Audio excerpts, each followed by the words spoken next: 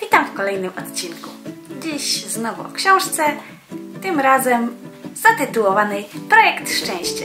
Autorka Gretchen Rubin.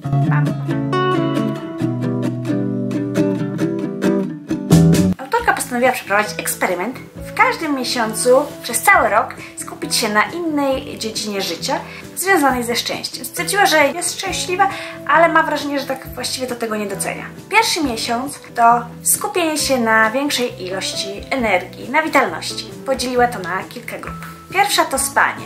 W spaniu postanowiła spróbować kłaść się wcześniej, w całkowitej ciemności, bez rozpraszaczy. Okazało się, że to nie jest takie proste. Kładzenie się wcześniej spać, kiedy wreszcie dzieci się udało położyć i ma się chwilę dla siebie, a tutaj pora do łóżka było dla niej dużym wyzwaniem, tak samo jak mąż zachęcał, a obejrzyjmy coś. Ale jakoś powoli dała radę, bo zmotywowała się, żeby przeprowadzić taki eksperyment. Całkowita ciemność i bez rozpraszaczy. Pozasłaniała okna. Bardzo ją zaskoczyło, ile mają w domu świecących elemencików, czyli od ładowarek, od laptopów, innych tego typu rzeczy i że ciężko też osiągnąć całkowitą ciemność, nawet zasłaniając okno. Oprócz tematu spania, w miesiącu tym podjęła temat ćwiczeń. Wczytywała się w książki na ten temat.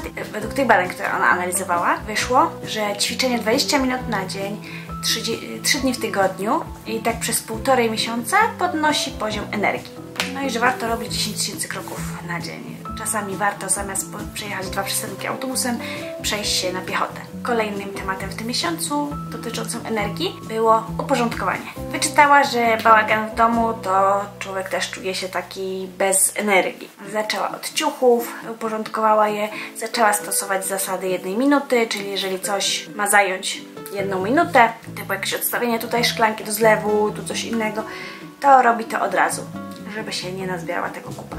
Dodatkowo wprowadziła u siebie wieczorne porządki, trwające około 10 minut, że wieczorem idą i ogarniają całą rodziną dom. Czyli na przykład idziecie do kuchni, wyjmujecie ze zmywarki, wkładacie do zmywarki, ogarniacie po zlewie, po kredensie, że rano wchodzicie i kuchnia jest czysta, gotowa na kolejny dzień. Z uporządkowaniem wiąże się też odkładanie spraw, czyli nie tylko uporządkowanie rzeczy materialnych, ale także takich duchowych, że warto spisać sobie wszystkie zalegające rzeczy i siąść i się z nich odkopać. Wyznaczyć godziny, dni, kiedy się tym zajmiemy, no i oczywiście zająć się, poumawiać się na zaległe wizyty u lekarza, oddać książki do biblioteki. Ostatnie w temacie energii było, żeby zacząć zachowywać się energicznie, czyli zachowywać się tak, jak się chce czuć, czyli jeżeli czuła się nawet bez sił, a dzieci namawiały na zabawę, starała się zmotywować, żeby czuć się tak, jakby się cieszyła na tą zabawę i była pełna energii i że wychodziło jej, że często się to udawało. Rzeczywiście jej organizm dawał się oszukać i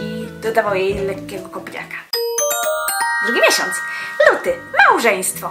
Tutaj skupiła się na kilku rzeczach. Było to dla niej dużym wyzwaniem ten miesiąc. I pierwsze to było, żeby mniej zrzędzić. Mniej marudzić do męża, że świat jest taki, że to mnie boli, że dzisiaj brzydka pogoda. Dodatkowo starać się być bardziej spostrzegawczym i chwalić. I doceniać działania męża, bo każdy lubi pochwały, ale jednocześnie, żeby nie oczekiwać pochwał, tylko robić rzeczy dla siebie. Cieszyć się samemu, że coś się udało zrobić, bo oczekując pochwał często możemy być zawiedzeni i czujemy pretensje do tej drugiej osoby. Było też tam takie hasło walcz uczciwie, czyli żeby starać się nie kłócić, jeżeli się kłócimy, to nie wplątywać w sprawę, w temat kłótni innych spraw. Kobiety często są do tego skłonne. Zaczyna się od kłótni o jedną rzecz, a wychodzi 20 innych. No i ostatnia rzecz w temacie małżeństwa to starać się nie obciążać innych swoimi problemami, na które i tak oni nie mają wpływu.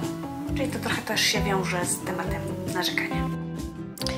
Dograne później, bo zapomniałam jeszcze o jednej ważnej rzeczy. W fragmencie tym, w rozdziale o małżeństwie, autorka zwraca uwagę na jeszcze jeden punkt. Okazuj miłość. Żeby przytulać, często mówić kocham, pokazywać drugiej osobie, że nam na niej zależy. Trzeci miesiąc, marzec.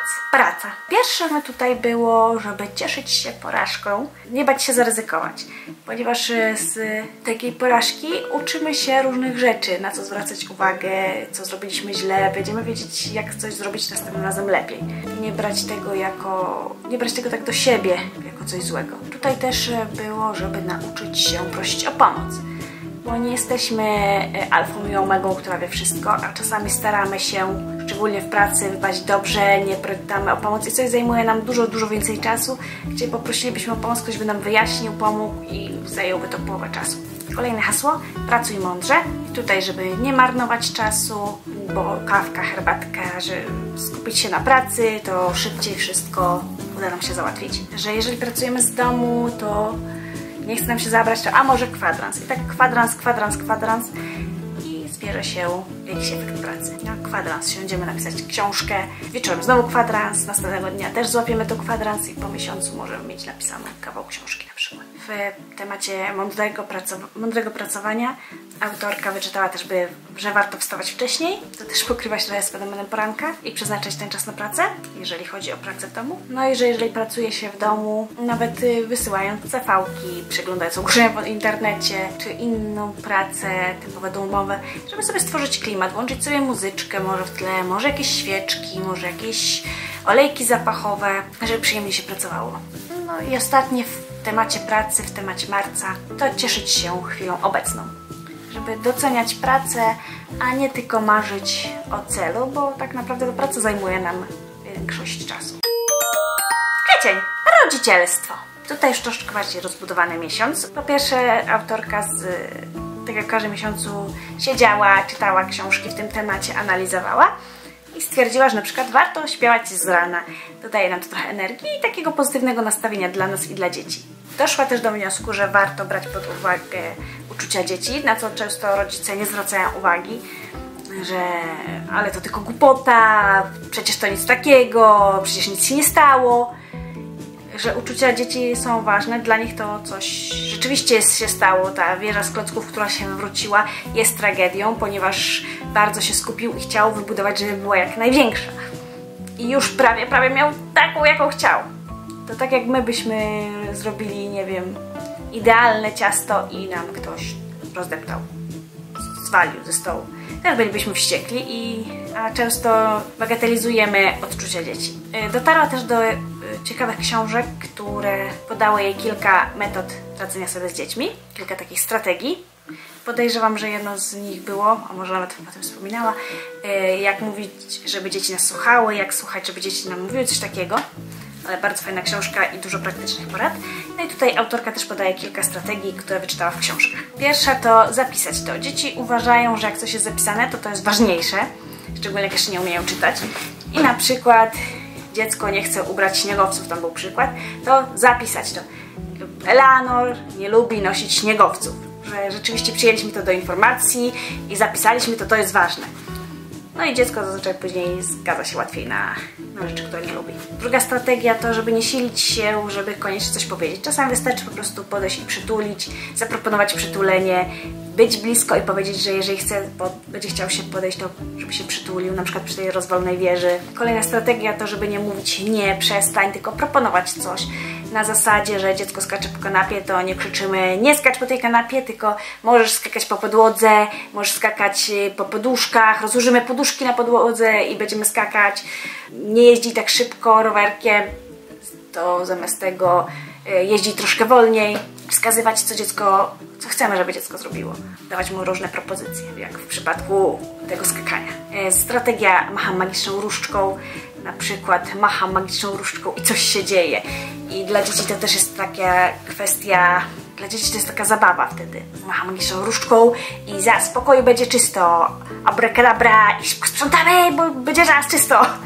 Kolejna strategia, chyba ostatnia, to pokazuje, że zadanie nie jest łatwe. Jeżeli dziecko coś się stara i mu nie wychodzi, to przyznaj, że oj, to rzeczywiście jest trudne, no ale może jakbyś ćwiczył, to ci się uda. I później, jeżeli się dziecku udało, to osiągnąłeś to, rzeczywiście potrafiłeś to zrobić i musiałeś w to włożyć wiele wysiłku. Dziecko czuje się docenione i że rzeczywiście osiągnęło coś większego. Choćby zbudowanie tej wielkiej wieży, którą 5-10 razy mu się rozwaliła. Kolejne związane z rodzicielstwem to gromadź szczęśliwe wspomnienia. Często wydaje nam się, że będziemy pamiętać, jak pierwsze jazdy rowerkiem, jak dziecko się do nas uśmiechało, jak śmiesznie wymawiało niektóre wyrazy. Jednak wspomnienia są ulotne i że warto gromadzić pamiątki. Autorka siadła i biła jakieś tam pudełka i pochowała pamiątki ważniejsze. Warto też tworzyć nowe tradycje. Na przykład u nas ostatnio wprowadziłam, nie jest to codziennie, bo zależy jak szybko młody się wyrobi z porządkami wieczornymi, jak długo się myje, jak długo się wieczorem bawi. I mamy pogaduszki do poduszki. I siedzimy, omawiamy właśnie, co było fajnego danego dnia, jakie mam plany na kolejny dzień, ogólnie co się wydarzyło. Takie chwile dla nas bliskości, bez żadnych telefonów obok. Takie siedzimy, tulimy się na łóżeczku i rozmawiamy. I ogólnie, żeby tworzyć tradycje, bo każda tradycja miała gdzieś swój początek. Więc każda rodzina może mieć swoje własne tradycje, które będą później ważne dla dziecka, bo tożsame tylko z tą naszą rodziną. Ostatnią kwestią w temacie kwietnia i rodzicielstwa jest nieżałowanie czasu na projekty. Czasami coś wydaje się głupotą, którą można szybko załatwić, ale może być takim projektem dla Was wszystkich. Przykładem było w książce projekt tort, które dziecko miało urodziny, można by szybko zadzwonić do cukierni, załatwić, no ogólnie załatwić to w miarę szybko, ale stwierdziła, że zrobił to jako projekt rodzinny, więc z dzieckiem chodziła przez parę dni do cukierni, oglądały torty, w końcu zdecydowały i tak samo z różnymi zaproszeniami, duperelami. I to było coś, co dziecko przeżywało, cieszyło się i dawało mu większą frajdę niż później te urodziny, które trwają kilka godzin. A tutaj było rozciągnięte w czasie dużo takich pojedynczych atrakcji przygotowujących. Maj, czas wolny. Tutaj autorka po analizie książek, po rozmowach z ludźmi na różnych spotkaniach wypunktowała kilka rzeczy. Po pierwsze, żeby szukać zabawy. Szukać tego, co daje nam radość, bo często w dorosłym życiu zabiegani zapominamy o tym czasie wolnym. Wydaje nam się, że w ogóle go nie mamy. Przecież możemy gdzieś urwać 5-10 minut albo... No zależy też, co nam daje radość. Bo jeżeli daje nam radość jazda rowerem, możemy tym rowerem dojeżdżać do pracy albo na drobne zakupy. Jeżeli lubimy słuchać muzyki, to też podczas prowadzenia wózka ze śpiącym dzieckiem możemy słuchać sobie muzyki na słuchawkach. Autorka w kolejnym punkcie mówi, żeby nie żałować czasu na tak zwane głupoty, bo to jest coś, co nas rozluźnia, co właśnie nam poprawia komfort życia, co dla innych może się wydać głupotą. Przykładowo ostatnio zrobiła sobie mydełka glicerynowe, kupiłam sobie fajne foremki, jakieś tam z muszelkami, w ogóle pokazałam tacie. Tata wyśmiał, że przecież można mydła za grosze kupić. Ale to nie o to chodzi, to chodziło o tą radość w kupowaniu foremek, w bawieniu się, w robienie tych mydełek glicerynowych, dobieranie koloru, dopasowywanie, żeby te muszelki jak będą sobie ułożone na tym mydełku, wybranie zapachu. I to była dla mnie rozrywka, nie to co pójść do sklepu i kupno mydła. Kolejny punkt w tym miesiącu to zbaczanie z drogi, żeby eksperymentować z nowym, bo czasami nawet nie wiemy, że coś nas może zainteresować. Czasami po prostu wyjść i spróbować czegoś nowego. Widzimy plakat, że będzie jakiś jednodniowy kurs flamenco. Może pójść, może akurat podejdzie i będziemy chcieli uczyć się więcej tańczyć. Nigdy nie byliśmy w teatrze, może pójść ten pierwszy raz, nawet na coś lekkiego, komedię, jeżeli lubimy komedię i zobaczyć, może nam podejdzie. A propos czasu wolnego, ostatnia rzecz to zacznij kolekcjonować. Zastanowić się, co lubimy i prowadzić taką małą kolekcję, bo ona też daje radość, zdobywanie kolejnego trofeum do kolekcji. Przy czym warto kolekcjonować coś małego albo praktycznego. Czerwiec. Przyjaźń. Pierwsza rzecz, pamiętaj o urodzinach. Teraz jest łatwiej, bo jest Facebook i zazwyczaj przypomina, ale często i tak to olewamy. Jednak miło dostać życzenia, szczególnie nie takie zwykłe, podpięte wtedy pod Facebooka 100 lat, ale w prywatnej wiadomości albo SMS-em. A jeszcze najlepiej zadzwonić. Polepsza to nasze relacje z drugą osobą. Kolejna kwestia, bądź hojna. Tutaj chodzi na przykład o to, by pomagać innym, nie tylko w kwestii materialnej, ale także psychicznej. Na przykład motywować kogoś, jeżeli ktoś się waha nad zmianą pracy, boi się, że nie da rady, to dawać mu takiego pozytywnego kopa, żeby starać się wnosić własny wkład. Na przykład autorka podała pomysł ogarniania szafy, że pomogła koleżance, która miała masakryczny bałagan, bała się, nie potrafiła sama się tego podjąć, poszła i razem ogarnęły tą szafę. Koleżanka wdzięczna, a ona także szczęśliwa, bo pomogła jej, nie wydając właściwie ani grosza, więc hojność to nie tylko pieniądze. Tutaj też autorka proponuje integrować ludzi, bo to też można w ten sposób pomóc innym. Jeżeli wiemy, że ktoś szuka pracy, jak ktoś inny pracownika możemy odpowiedzieć. Jeżeli ktoś, nie wiem, mamy znajomych, którzy grają w planszówki, a ktoś chciałby zacząć, to też ich zapoznać. Kolejny w czerwcu punkt to bywaj, żeby starać się wychodzić do ludzi, nie tylko siedzieć w domu, bo rzeczywiście wtedy relacje powoli zanikają. Wyjść na te planszówki, wyjść na RPG, wyjść do kina ze znajomymi, pojawiać się na jakichś imprezach u znajomych. Kolejny punkt tutaj to nie plotkować, w sensie nie obgadywać negatywnie innych osób. Tym bardziej, że wtedy też te osoby, z którymi rozmawiamy, niekoniecznie będą chciały nam coś o sobie powiedzieć, bojąc się, że same zostaną obgadane. Kolejne zadanie, które sobie wyznaczyła autorka, taki punkt a propos przyjaźni i znajomości, to żeby przy każdej okazji starać się poznać 3 nowe osoby. Nie zamykać się na ludzi. Jeżeli przychodzimy na jakieś urodziny do znajomych, na planszówki, spotkanie, spróbować zagadać do 3 nowych osób. Może wyjdzie z tego jakaś nowa, ciekawa znajomość. A żeby łatwiej je poznać, to autorka wyznaczyła sobie kilka takich strategii, wskazówek. Po pierwsze, żeby częściej się uśmiechać, bo uśmiechając się wydajemy się ludziom sympatyczniejsi i chętniej nawiążą z nami relacje. Nie odpychamy tak, jak stoją z niepomuszoną miną. Drugie to aktywnie zachęcać innych do dołączenia się do rozmowy. Na przykład stoi ktoś obok i a ty co o tym myślisz? Starać się tworzyć pozytywny nastrój, żeby zaczynać rozmowę, podchodzić do innych, a nie tylko czekać, aż ktoś do nas podejdzie.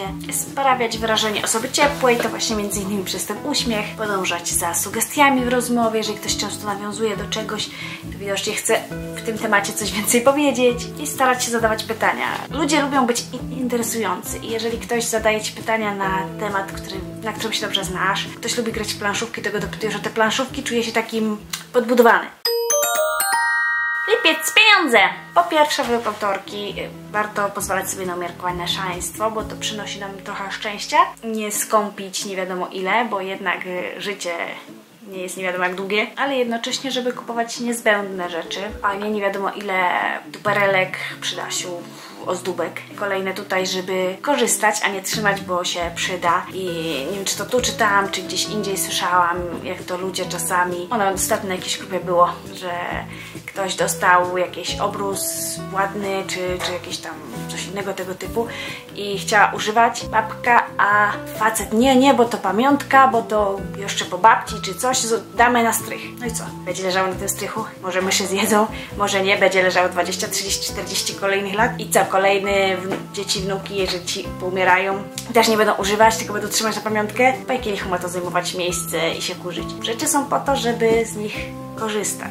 Tak samo jakieś ładne ręczniki z wyszytym imieniem. No fajnie i co? I leży sobie. I zagraca przestrzeń. Jeszcze w temacie tych umiarkowanych szaleństw, o których była mowa na początku tego miesiąca, chodzi też tam na przykład o kupienie zamiast tanich sztućców porządnych noży, które będą służyć na lata. Albo zamiast tanich ręczników, najtańszych, jeszcze może gdzieś po babci, kupienie sobie porządnych, które będą nam dawały radość każdego wieczora, kiedy będziemy się szli pod prysznic. I a propos kupowania niezbędnych rzeczy, że czasami mamy też dużo niepotrzebnych rzeczy. Kupujemy dziecku kolejne autko, chociaż ma już ich 50. Kupujemy kolejne ręczniki, bo były w promocji, czy inne duperele i zagracamy dom, co też nas powoli przytłacza. I niepotrzebnie przy okazji wydajemy pieniądze. A propos korzystania, autorka wspomina też historię o babci, że odkąd pamięta u babci stały perfumy. Stały. Od zawsze, odkąd była dzieckiem. Babcia umarła, wzięła ten flakonik do ręki, okazało się, że nigdy nie był otwarty. Czekała z nimi na lepszą okazję, bo widocznie nigdy nie było zbyt dobrze, żeby je wykorzystać. No i w sumie nigdy się z nimi nie ucieszyła, nigdy z nich nie skorzystała. Kolejne to zrezygnuj z czegoś, żeby na przykład zrezygnować z zakupów do biura, bo mamy już tam dużo rzeczy i żeby wykorzystać te rzeczy, które aktualnie mamy i dopiero potem dokupować kolejne. Sierpień, wieczność. Tutaj autorka rzuciła 3 hasłami. Po pierwsze, żeby przeczytać wspomnienia dramatycznych wydarzeń. Po drugie, zapisywać powody do wdzięczności. I po trzecie, naśladować duchowego mistrza. W sprawie czytania dramatycznych wydarzeń autorka wzięła sobie nawet na wakacje książki, historie osób, które przeszły ciężkie wydarzenia, nowotwory, inne tego typu rzeczy. I autorka mówi, że człowiek po przeczytaniu ich bardziej docenia to, co ma. Swoje zdrowie, swoją rodzinę, to, co posiada. To trochę takie memento mori, pamiętaj o śmierci. Docenia się bardziej właśnie te chwile spędzone na tym świecie. Drugie to zapisywanie powodów do wdzięczności. Według badań warto wieczorami regularnie siadać i zapisywać, za co jesteśmy wdzięczni. Z czego się cieszymy, co nas tego dnia fajnego spotkało. Zauważamy wtedy, wypisując te rzeczy, za które jesteśmy wdzięczni, ile rzeczy mamy, o których nawet nie myślimy, że mamy. Jak właśnie tą rodzinę, jak dach nad głową, ciepło, jedzenie. A zapisywanie szczęśliwych chwil pozwala nam bardziej zogniskować się właśnie na nich. No i wypatrujemy je w ciągu dnia, żeby mieć co wieczorem zapisać. Ostatnie to znalezienie duchowego mentora. Autorka popytała na swoim blogu, jakich mentorów mają ludzie i podawali różnych, od byłych prezydentów Stanów Zjednoczonych do pisarzy. Autorka zastanawiała się, kto dla niej może być takim mentorem i wyszło, że bardzo fascynuje ją historia Świętej Teresy, że ma o niej kilkanaście biografii i film i jakiś album. Zaczęła bardziej to analizować i zastanawiać się, czego może się od niej nauczyć. Doszła do wniosku, że bycia szczęśliwą, radosną niekoniecznie wtedy, kiedy się tak czuje, ale dla dawania dla innych tej radości. Że tak samo robił jej tato, że jeżeli jej mama zaproponowałaby po jego przyjściu do domu, że dzisiaj na obiad będzie pizza, to tato powiedziałby, że super i zapytał, czy ma po nią pójść. Chociaż wcale nie miałby ochoty tak naprawdę wychodzić, ani ochoty za tą pizzę. Ale dzięki temu dawał też radość innym. No i autorka właśnie pisze, żeby znaleźć swojego mentora, od którego można się czegoś nauczyć. Wrzesień. Książki. Autorka wybrała tę kategorię na kolejny miesiąc, ponieważ książki to coś, co ją fascynuje. Jest autorką, pisarką książek, a wrzesień kojarzy jej się z biblioteką, do której powróciła po długiej przerwie. Autorka mówi tutaj, że każdy z nas może wybrać na ten miesiąc coś innego, co jest naszym hobby, a ona wybrała właśnie książkę. I na tym przykładzie będą podawane zagadnienia na ten miesiąc. I pierwszym z jej projektów na ten miesiąc było napisanie powieści. Pierwszy raz wyznaczyła sobie termin na napisanie książki i było to właśnie 30 dni. Pisanie takiej książki w przypadku autorki pomaga, jest takim ćwiczeniem kreatywności, pozwala przełamywać blokady pisarskie, bo codziennie siadamy i piszemy te parę słów. Może to być kompletnie kiepskie, kompletnie do niczego, ale chodzi o to, żeby siedzieć i coś pisać. Dzięki takiemu pisaniu bardziej zwracamy uwagę na świat, na wydarzenia. Tak jak autorka, przechodząc raz koło kaplicy, zauważyła tłum i podsunął jej się pomysł na scenę. Nie musi to być koniecznie pisanie tej książki, tak jak w ogóle nie musi być to miesiąc książki, tylko hobby bardziej wybranego i spędzanie na nim określonego czasu codziennie przez miesiąc. Właściwie to bardziej jest zadanie na 30 dni, niekoniecznie nawet dzień w dzień. No to też zależy od rodzaju hobby i czasu, jaki człowiek ma. Zapytała też na ten temat na swoim blogu i ludzie wspominali, że ktoś na przykład postanowił w 30 dni uczyć się włoskiego. Dołączył do jakiegoś wydarzenia na Facebooku 100 dni prawdy i zaczął dzień w dzień nagrywać filmiki na YouTube. Ktoś inny zaczął przygotowywać się do triatlonu i też wyznaczył sobie 30 dni ćwiczeń na zasadzie, że zobaczymy, co dalej potem będzie. Ktoś inny, gdy wyszedł z depresji, w ciągu 6 tygodni zrobił drewnianą łódkę. Po prostu dać sobie zadanie, które się będzie robiło cały miesiąc. Może lubisz szyć i wyzwanie dla siebie, na przykład uszycie 10 par majtek, uszycie 3 sukienek w ciągu tego miesiąca. Ogólnie cały ten miesiąc, który zatytułowała książki, odnosi się bardziej do hobby, a książki są bardziej na jej przykładzie. Piszę też jako drugi punkt, po pierwszym napisz powieść, po drugi znajdź czas, żeby starać się znaleźć czas na to swoje hobby. W sumie więc wiąże się to wszystko trochę z jednym z pierwszych miesięcy, że może zrezygnować z telewizji, przy czym autorka stwierdziła, że w sumie oni za dużo tej telewizji nie oglądają. Jest to coś dla spędzania czasu razem. Ale znalazła sposób, gdzie może zdobyć trochę czasu, bo miała nieprzeczytane książki, które po prostu zalegały i stwierdziła, że nie ma co ich czytać na siłę. Pozbyła się ich. Kolejnym punktem jest tutaj zapomnieć o rezultatach, że czasami nie chcemy czegoś robić, bo to nam w sumie niczego nie da. W sumie robiła kiedyś na przykład te notatki z książek i potem zrezygnowała z tego, ponieważ to zabiera tylko czas, po co to w ogóle zagraca. A teraz stwierdziła na tym etapie, zapomnij o rezultatach, że warto czasami robić coś dla samego robienia. To się wiąże też trochę z kolejnym punktem tutaj, czyli opanuj technologię. Zaczęła się orientować w technologii a propos swojego hobby. Dowiedziała się, że za $30 może mieć wydrukowaną książkę w twardej oprawie, co tylko zechce wydrukować. No i wydrukowała w ten sposób na przykład wspomnienia z pierwszych miesięcy życia swojego dziecka. Postanowiła potem robić kolejne tego typu książki dla siebie. Zrobiła na przykład fotoalbum. Stwierdziła, że technologie nie są złe, często przydają się w hobby, mogą wnieść coś nowego, wnieść nasze hobby na wyższy poziom, dlatego warto się z nimi zapoznać. Październik. Uważność. To, co najczęściej pojawia się w temacie uważności, to medytacja. Autorka stwierdziła jednak, że medytacja i siedzenie 15 minut w ciszy nieruchomo nie jest dla niej. Znalazła jednak coś powiązanego z tym. Medytację z koanami, czyli rozważanie nad różnymi zdaniami, z tego co zrozumiałam. Ciężko to w ogóle teraz wyjaśnić, warto było jednak samą przeczytać i zinterpretować po swojemu. Przykładowo, że siedzi się i rozmyśla nad, jeśli klaśnie się 2 rękami, słychać klaśnięcie, a co jeżeli klaśnie się jedną ręką? No jak dla mnie wtedy to akurat nie ma klaśnięcia. No ale tam dawała też przykłady zdań, nad którymi ona rozważała. To ja już wolę akurat medytację. Drugie w uważności to przyjrzenie się własnym zasadom. Takimi prawdziwymi zasadami, nad którymi zazwyczaj się nie zastanawiamy. Typu mama zawsze ma rację, tylko złodzieje się budują.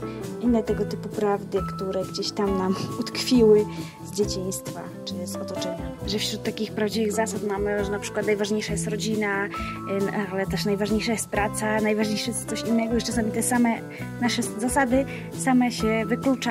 I żeby sobie wypisać te wszystkie takie prawdziwe zdania, wypisać i przeanalizować. I później, gdy pojawi się sytuacja tego dotycząca, odruchowo wyłapujemy to już. To myślę, że niekoniecznie to jest prawda, że to jest coś bardziej, co nam w pewien sposób wmówiono, trochę zaprogramowano, powtarzając wiele razy. Kolejne w uważności to dostarczenie nowych bodźców. Autorka przyklejała sobie na przykład w różnych miejscach w domu karteczki typu skupiona, lekka, wrażliwa. Łączyła sobie też na przykład ptaszka grającego. Ogólnie szukanie nowych bodźców jest też trochę powiązane z wcześniejszymi szukaniem nowych zainteresowań. I autorka przypomniała tutaj też sobie, że dawniej lubiła tańczyć. Jak udało jej się upolować pusty dom, to włączyła sobie muzykę i zaczęła tańczyć. I sprawiło jej to przyjemność.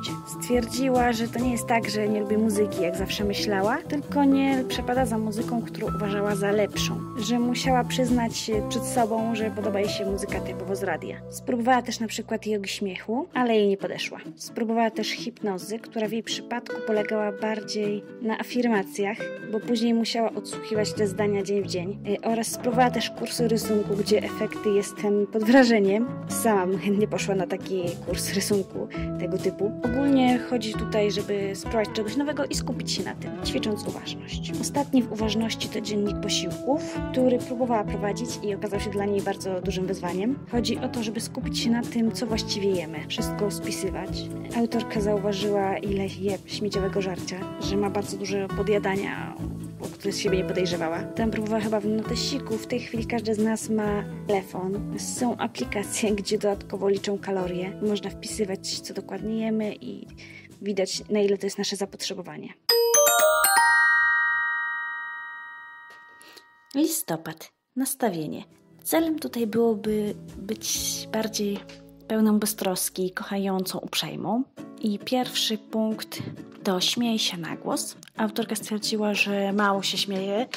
W ogóle według wszelkich badań dzieci małe śmieją się dużo więcej, śmieją się niż dorośli. I postanowiła wprowadzić w życie więcej uśmiechu i nauczyć trochę śmiać się z siebie. Drugim punktem tutaj było pamiętanie o dobrych manierach. Stwierdziła, że rzeczywiście często o nich zapomina, przepychając się czasem w sklepie, nie powiedząc dzień dobry. Pomyślała, że w ramach dobrych manier warto spróbować prowadzić w życie komentarze dowodzące zainteresowania opinią innych. Na przykład masz rację, masz dobrą pamięć, opowiedz wszystko o tym, jak nigdy na to nie wpadłam, rozumiem, co masz na myśli, jak sądzisz. Kolejny punkt w tym miesiącu to wyrażać pozytywne opinie. To trochę się pokrywało też z którymś z poprzednich miesięcy, kiedy było, żeby nie narzekać. Tutaj też skupiać się na pozytywnych rzeczach. Zauważyła, że ludzie, którzy są optymistami, wymaga to od nich tak naprawdę dużego wysiłku i powinniśmy im być wdzięczni. I tutaj też starała się wyrażać te pozytywne opinie. Na przykład poszli do kina, teściowa zajęła się dzieckiem i wróciwszy, teściowa pyta właśnie, jak tam film. Normalnie by powiedziała nie najgorszy, a starając się trzymać postanowienia, powiedziała, że cieszy się, że mogła spędzić miło wieczór. W ogóle zrobiła sobie taki cały tydzień, próbując nie narzekać, nazwała to jakimś tam tygodniem na podstawie jakiejś książki, ale nie pamiętam w tej chwili tytułu, nazwy, i stwierdziła, że przez cały tydzień nie udało się ani jednego dnia bez narzekania, ale zauważyła właśnie, jak to jest trudne. Ostatnie, kolejne w tym miesiącu to znajdź azyl, przy czym nie chodzi o azyl typu miejsce fizyczne, ale o azyl taki trochę psychiczny, czyli jeżeli czujemy się źle, zaczynamy narzekać, marudzić, skupić się na tym swoim azylu psychicznym, czyli na jakimś fajnym wspomnieniu. Autorka akurat wspomniała, że dla niej jest takim azylem wspomnienie, jak jakiś czas po ślubie mąż wszedł wieczorem, sypiali w samych bokserkach i stwierdził, że jest super tancerzem i zaczął się wygłupiać. Grudzień, szczęście.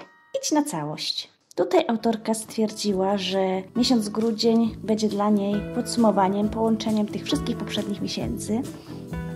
Dlatego w grudniu przez miesiąc sprzątała, pozbywała się niepotrzebnych rzeczy, organizowała, gasiła światło, śpiewała z rana, śpiewała na głos, starała się brać pod uwagę uczucia innych, blogowała, prosiła o pomoc, kiedy potrzebowała, czasem zmuszała się do wyjścia ze strefy komfortu, zbaczała z drogi, udzielała się towarzysko, pisała dziennik, starała się jeść zdrowo i stwierdziła, że pomimo że wcześniej to wszystko trenowała 11 miesięcy po kawałku, nie było ani jednego dnia idealnego, ale konsekwencją tego było, że każdy dzień, nawet ten zły, nie był najgorszy. Kiedy czuła się bardzo przygnębiona, próbowała strategii na poprawę humoru, szła na siłownię, pracowała, starała się, żeby nie zgłodnieć, bo człowiek głodny jest bardziej nerwowy, źle reaguje na niektóre rzeczy, ma mniejszą cierpliwość. Zajmowała się pilnymi sprawami, spotykała się z ludźmi, z rodziną. Ogólnie stosowała wcześniej poznane techniki. Ogólnie autorka w tym miesiącu podsumowywała bardziej cały rok. Stwierdziła, że rzeczywiście stała się bardziej szczęśliwa. A gdy zapytała męża o to samo, czy jej projekt wpłynął na niego, że jest bardziej szczęśliwy, odpowiedział, że nie. Jednak ona się z tym do końca nie zgadza, ponieważ zauważyła zmianę pozytywną w nim, że pamiętał o jej urodzinach i zaśpiawał na 100 lat, że nie trzeba było tak przypominać o domowych obowiązkach, że częściej nosił pieluchy, tego typu rzeczy, które zmieniły się według niej na plus. No i na samym końcu autorka robi taki podrozdział Twój projekt szczęście, zachęcając, by rozpocząć swój własny projekt i najpierw, żeby zdecydować, jakie podejmie się postanowienia, rozważyć pierwszą doniosłą prawdę i odpowiedzieć sobie na poniższe pytania. Co sprawia, że dobrze się czujesz? Jakie czynności są dla Ciebie przyjemne, satysfakcjonujące czy dodają Ci energii? Co sprawia, że czujesz się źle? Co sprawia, że ogarnia Cię gniew? Czujesz się poirytowany, znudzony, sfrustrowany czy zaniepokojony? Czy jakaś sfera życia sprawia, że czujesz się niewłaściwie? Czy chciałbyś zmienić pracę, miasto, sytuację rodzinną lub inne okoliczności? Czy realizujesz własne oczekiwania? Czy Twoje życie odzwierciedla wyznawane przez Ciebie wartości? Co sprawia, że się rozwijasz? Które elementy życia pozwalają Ci robić postępy, uczyć się, nauczyć, służyć, dostarczają Ci wyzwań i pozwalają osiągnąć mistrzostwo? Twierdzi autorka, że odpowiedź na te pytania pozwoli przygotować scenariusz potencjalnych zmian. Kiedy już zdecydujemy się, nad którymi chcemy strefami popracować, należy sformułować postanowienia, które pozwolą nam ocenić, czy rzeczywiście robimy postępy i że najlepiej sprawdzą się tutaj konkrety. Trudniej dotrzymywać postanowienie będę bardziej kochającym rodzicem niż wstanę 15 minut wcześniej, żeby się ubrać, zanim dzieci się obudzą. Potem, kiedy postanowienia są gotowe, żeby znaleźć sposób oceniania własnych postępów, zrobić sobie tabelę postanowień. Inne wartościowe ćwiczenie polega na określeniu osobistych przekazań, zasad, które będą kierowały naszym zachowaniem. I autorki takim głównym przekazaniem jest być Gretchen. No i tyle właściwie w tej książce. Mam nadzieję, że mimo, że filmik wyszedł bardzo długi, wynieśliście z niej ciekawe informacje, ciekawe pomysły, jak polepszyć swoje życie. Ogólnie polecam samemu siąść, przeczytać książkę jeszcze raz. Podejrzewam, że do niej jeszcze kiedyś wrócę, a przynajmniej do swoich notatek, które zrobiłam sobie w formie mapy myśli. No, dzięki za odsłuchanie, obejrzenie i do usłyszenia do kolejnego razu, a zachęcam też do dania łapek w górę. Dzięki, pa pa.